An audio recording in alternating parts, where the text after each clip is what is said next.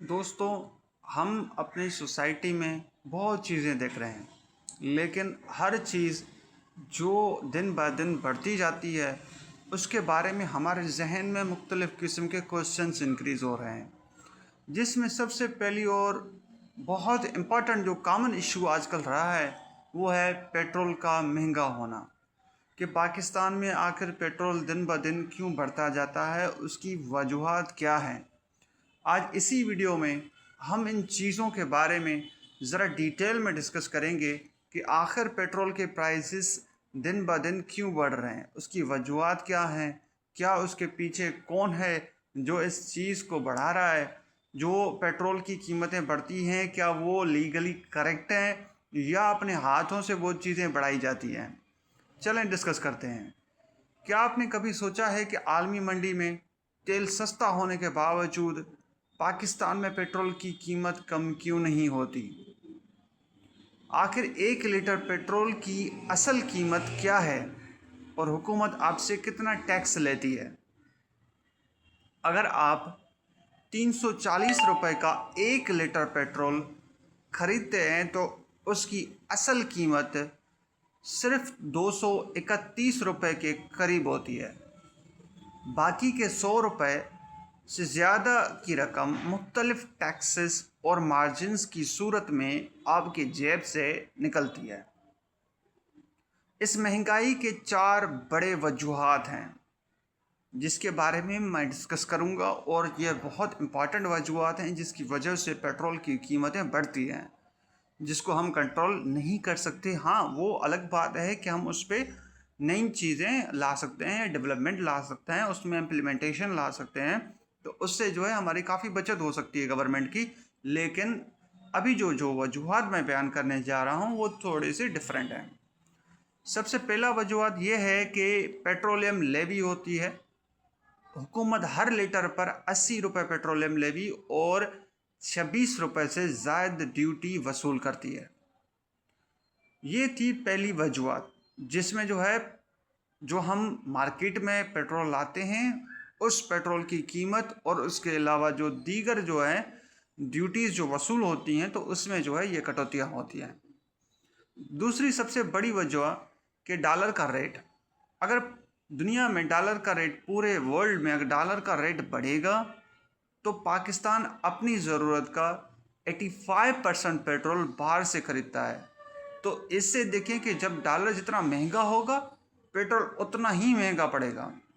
अगर हमारे पास डॉलर जितना सस्ता होता जाएगा, पेट्रोल भी उतनी ही रेट्स उसके कम होते जाएंगे। आज से आते हैं तीसरे नंबर पर। जो हमारे पास सबसे बड़ा मसला है, बड़ा इशू है, जिसकी वजह से हम ज़्यादा जो हैं बाहर इन्वेस्ट करते हैं अपने पैसे, उसमें सबसे बड़ी वजह यह है कि हमारे पास रिफाइनरीज़ नहीं हैं जो पेट्रोल को साफ़ करती हैं।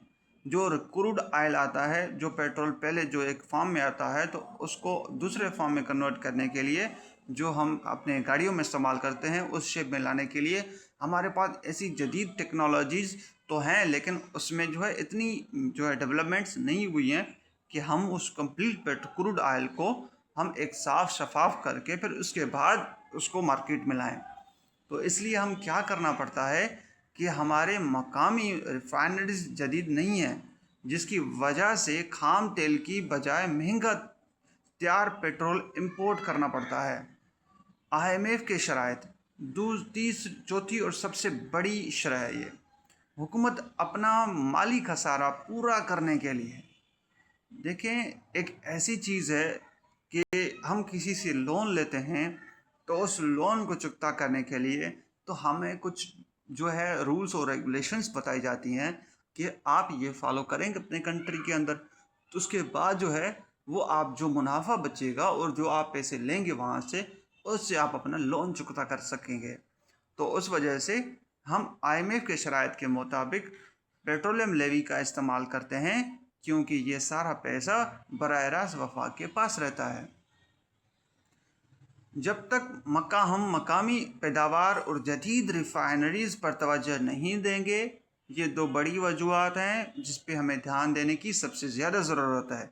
एक मकामी पैदावार और दूसरी है टेक्नोलॉजी का इस्तेमाल होना, जब आप रिफ़ाइन करेंगे, आप क्रूड ऑयल ले आएंगे, वो सबसे सस्ता पड़ता है। और जब क्रूड ऑयल हमारे कंट्री में आएगा और हम अपनी मशीनरी के थ्रू उसे साफ़ करेंगे, तो हमें जो है ज़्यादा पैसे खर्च करने की ज़रूरत नहीं पड़ेगी। तो हम क्या कर सकेंगे कि हम उसको कम कीमत पे साफ़ करके फिर उसके बाद जो है हम पब्लिक को देंगे। तो इसमें जो है जो पेट्रोल की कीमत है वो बहुत कम चली जाएगी, 250-200 तक जा सकती है, इससे कम भी जा सकती है जब ये टेक्नोलॉजी हमारे पास मौजूद होगी। तो ये बोझ आम आवाम ही उठाएगी। आपके ख़्याल में इसका क्या हल होना चाहिए, कमेंट्स में बताएं। और मज़ीद मालूमात वीडियोस के लिए फ़ॉलो करें और हमारा चैनल ज़रूर सब्सक्राइब करें और उसके अलावा लाइक का बटन ज़रूर दबाएं। Thank you.